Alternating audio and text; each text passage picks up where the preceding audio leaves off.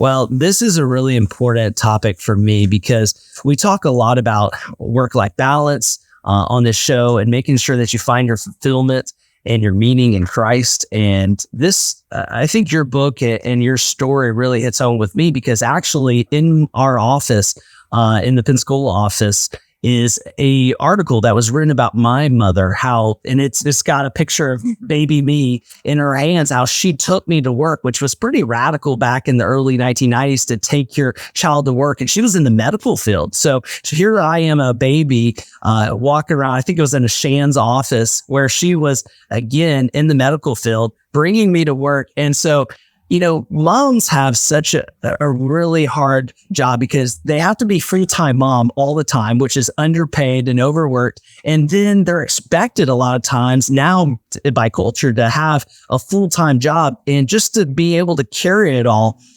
Hats off to all moms and definitely hats off to my mom. So, well, I'm going to deflect for 1 second and just say kudos to your mom for bringing you to work. And for involving you in her work at a time when it wasn't necessarily culturally popular. I will say this, all the data and research that I've done about mothers in the workplace and their children, we often think we're harming our children, but you're such a great case study because the sons of working moms tend to be better fathers, more involved.